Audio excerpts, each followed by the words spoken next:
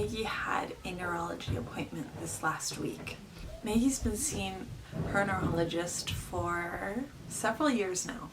She started seeing her neurologist after an incident at therapy where one of her eyes was totally dilated and the other one was teeny tiny. And they called me and told me to come get her and take her to the doctor because they thought she had a concussion.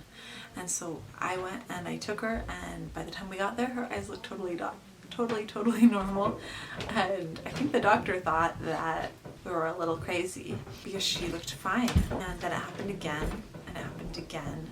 And finally, I think the third time that it happened, we happened to meet the doctor who is now her pediatrician, who is amazing with kids who are on the spectrum. She believed us. She believed that we weren't just bringing her back to the doctor over and over again for no reason, even though I hadn't gotten a picture of it. Because it was really hard to get a picture of it. Whenever the light was like bright enough to get a picture that wasn't totally blurry, her pupils would both get small. They would respond to light. But when it was darker, one of them would be totally big and the other one would be totally small. And we've always had we have iPhones, but we've always had the free iPhones. Like right now I have a 5S, and back then it was an even older phone. So that phone wasn't good at getting pictures in lights that weren't super bright. And so I was trying to get pictures, and every single picture would come out blurry. So it was really frustrating. That doctor referred her to her neurologist, and that was the beginning of all this. And her neurologist listened and sent us to neuro-ophthalmology, and neuro-ophthalmology finally got her in and saw her. And they came to the conclusion that they thought she had migraines, which I have migraines, so I guess that's not really shocking. I was surprised that she was like 5, I think, at the time that her migraines started, and she started having these, then her eyes would be different sizes, because we started tracking it. We started writing down what her behaviors would be when her eyes were different sizes, and we realized that she would start having meltdowns around that time. She'd start hiding her blanket under it.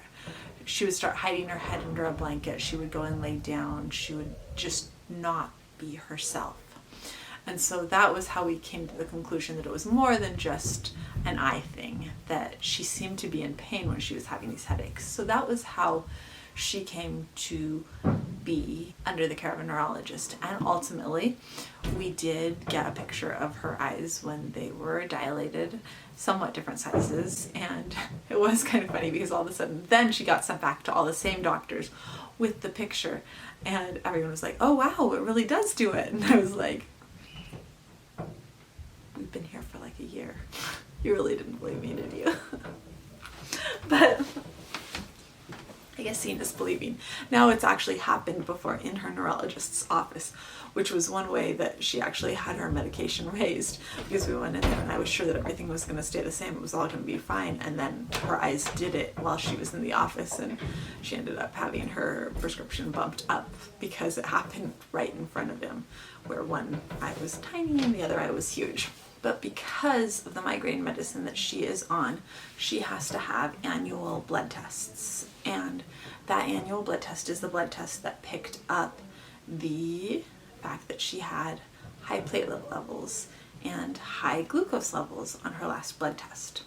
So they asked me to wait 3 months and go back and do another one. Now this time the glucose was totally fine. However, her platelet levels were still elevated. I asked her neurologist what that meant, and he said it means you need to go talk to our pediatrician.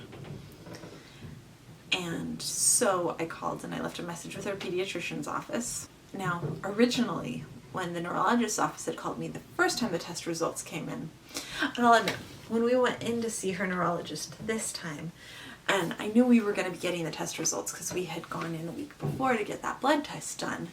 In my head, in advance of him saying anything, I was already thinking that it was going to be normal. I don't know why. I just felt really confident that it was going to be normal. Everything was going to be fine. I was waiting for him to say it was normal. In fact, I think I phrased the question as, so did you get those blood tests back and they were normal? And he said, yes, they were all normal. And I was like, yes, internally, except, and I was like, and he goes, platelets. The platelets are still elevated. And I said, can you tell me what they are? And he said 550, which I believe is exactly what they were last time. So they didn't go up, they're just hanging out exactly the same. And he said, you need to call a pediatrician. And so I did that. Like, as soon as I left the office, I called and left a message on the nurse's line at the pediatrician's office. And then we waited, and she called me back. She said that she is not worried at this point. It's not super, super high since there are not any other symptoms. We're gonna just wait and see. Sometimes it happens.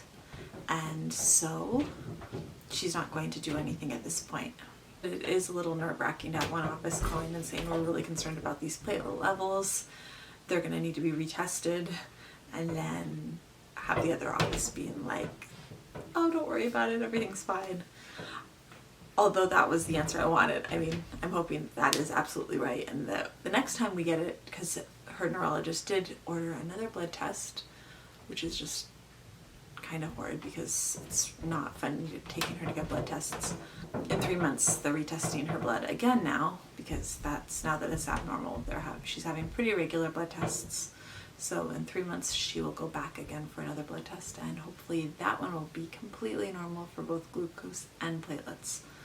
And that's really the dream at this point. But really, the good news at this point is hearing that her pediatrician isn't worried. And so now we just need to wait another 3 months, and hopefully the news will just get better and better. And we'll actually get some normal test results too, because that would be a huge relief. That is it for today. If you like this video, we'd love it if you'd give it a thumbs up. And if you're interested about all things autism, we would love it if you'd hit subscribe. And I'll see you tomorrow. Bye.